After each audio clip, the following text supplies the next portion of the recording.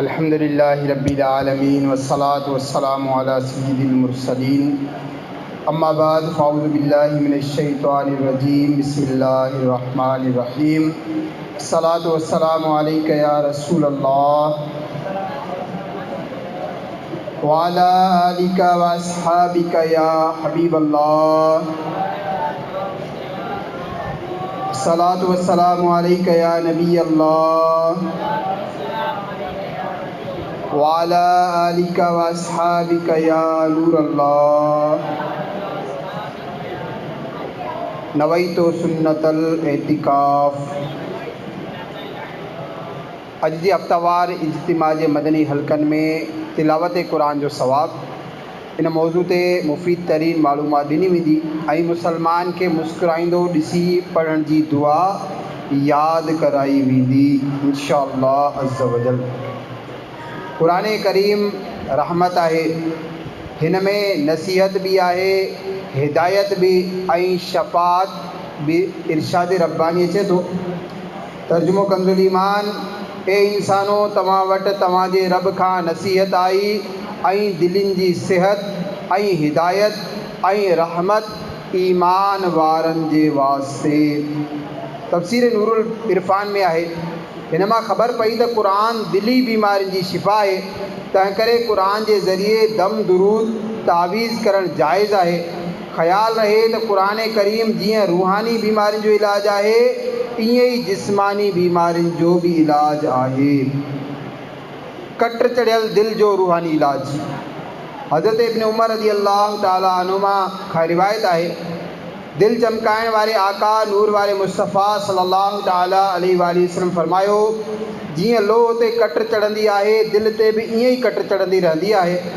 عرض کیو یا رسول اللہ صلی اللہ تعالیٰ علیہ وآلہ وسلم، ان جی صفائی کیڑی شے ساں ہے؟ فرمایاؤں موت جے گھنے یاد ऐं قرآن کریم جی تلاوت ساں۔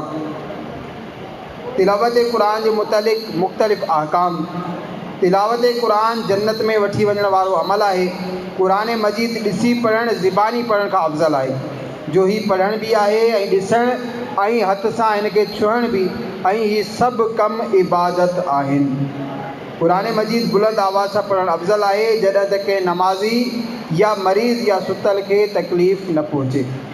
محفل میں سبھی مانو بلند آواز سے قرآن پاک پڑھی رہا ہوجن ہی حرام ہے۔ اکثر مانو میت کے ٹیجے چالیے ऐं بارے میں سبھی بلند آواز سے پڑھندا نظر ایندا ہیں۔ یہ نہ پڑھن گھرجے بلکہ آہستے پڑھن گھرجے ऐं آہستے بہترو جو صرف پنجا کن بدھن ایترے آواز سے پڑھن گھرجے۔ بازارن میں ऐं جتے مانو کم میں مشغول ہوجن بلند آواز سے پڑھن ناجائز ہے۔ غسل خانے ऐं نجاست جے جگہن میں قرآن پاک پڑھن ناجائز ہے۔ تلاوت قرآن جا کچھ آداب۔ قرآن مجید کی عظمت دل میں وہارے ऐं خیال کرے تو ہی کہ عظیم ذات جو کلام ہے۔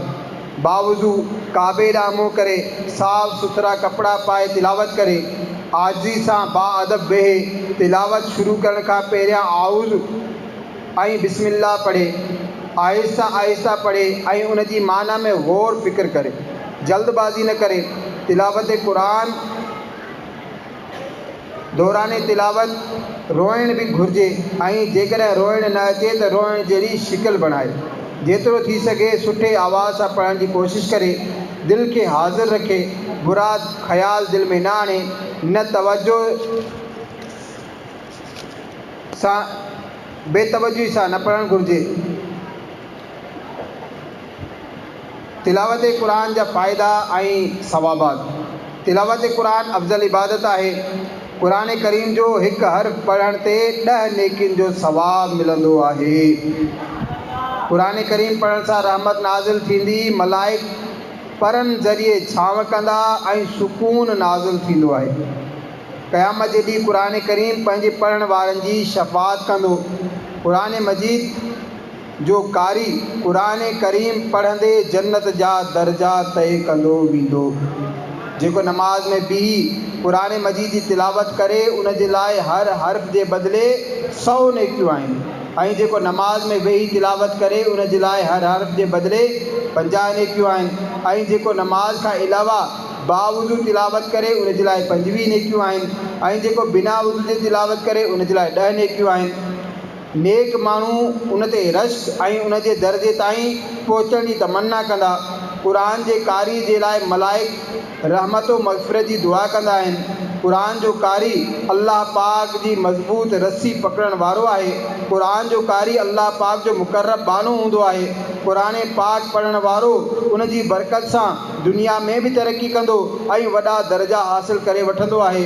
क़ुरान पाक पढ़ण सां अक़ल वधंदो, दिलि रोशन थींदी, हिकमत नसीब थींदी ऐं इल्म जा दरवाज़ा खुलंदा आहिनि। क़ुरान मजीद पढ़ण सां कावड़ घटि थी वेंदी आहे, ख़ैर व बरकत नसीब थींदी, दिलि में नरमी ईंदी ऐं नफ़्स खे पाकीज़गी मिलंदी आहे। क़ुरान पाक पढ़ण वारो क़यामत जे अंधेरनि ऐं होलनाकियुनि सां महफ़ूज़ रहंदो। हिन जी बरकत सां उन जे वालिदैन ते रहमत वसंदी, उन्हनि खे इनाम ॾिना वेंदा, अल्लाह पाक उन्हनि खे नूर अता फरमाईंदो। क़ुरान पाक खां परे थियण जा नुक़सान, तवजो सां ॿुधण जहिड़ी ॻाल्हि आहे। क़ुरान पाक खां मोह फेरण वारे जे लाइ ज़िंदगी तंग थी वेंदी आहे ऐं उनखे क़यामत जे ॾींहुं अंधो उथारियो वेंदो। क़ुरान करीम में आहे तर्जुमो, ऐं जंहिं मुंहिंजी यादि खां मोह फेरियो पोइ बेशक उन जे वास्ते तंग ज़िंदगी आहे ऐं असां उनखे क़यामत जे ॾींहुं अंधो करे उथारींदासीं। हिन आयत जे तफ़सीर में हिकु कौल जे मुताबिक़ ज़िक्र मां मुराद क़ुरान करीम आहे। जेका दिलि क़ुरान करीम सां लबरेज़ न हुजे, शैतान उनखे ठिकाणो बणाईंदो आहे। फरमाने मुस्तफ़ा सल्लल्लाहु तआला अलैहि वसल्लम, जंहिं दिलि में क़ुरान नाहे वीरान घर जी मानिंद आहे। हदीस पाक में आहे, जेको मुसलमान तिलावत नाहे कंदो उन जी मिसाल खजूर जहिड़ी आहे जो खाइण में मिठी आहे पर उन में ख़ुशबू न आहे। क़ुरान खां दूरी ईमान कमज़ोर कंदी आहे। क़ुरान खां दूरी ज़वाल जो सबब आहे। मदनी गुल तिलावत जे फ़ज़ाइल ऐं उन जे बारे में तफ़सीली मालूमात जे लाइ शेख तरीक़त अमीर अहले सुन्नत अहमद बरकातुहुल आलिया जो ॾाढो प्यारो रिसालो आहे तिलावत जी फ़ज़ीलत, ऐं बहारे शरीयत जिल्द 3 हिसो 16 सफ़ो 483 खां 494 जो मुतालियो कयो। सल्लू अलल हबीब सल्लल्लाहु तआला अला मुहम्मद सल्लल्लाहु तआला अलैहि वसल्लम। अॼु जी दुआ आहे मुसलमान खे मुस्कुराईंदो ॾिसी पढ़ण जी दुआ। अचो पढ़ी था वठूं। बिस्मिल्लाहिर रहमानिर रहीम। अस्सलातु वस्सलामु अलैका या रसूल अल्लाह व अला आलिका व अस्हाबिका या हबीब अल्लाह। अदहकल्लाहु अदहकल्लाहु अदहकल्लाहु सिन्नक अदहकल्लाहु सिन्नक अदहकल्लाहु सिन्नक। तर्जुमो, अल्लाह पाक अव्हां खे हमेशा मुस्कुराईंदो।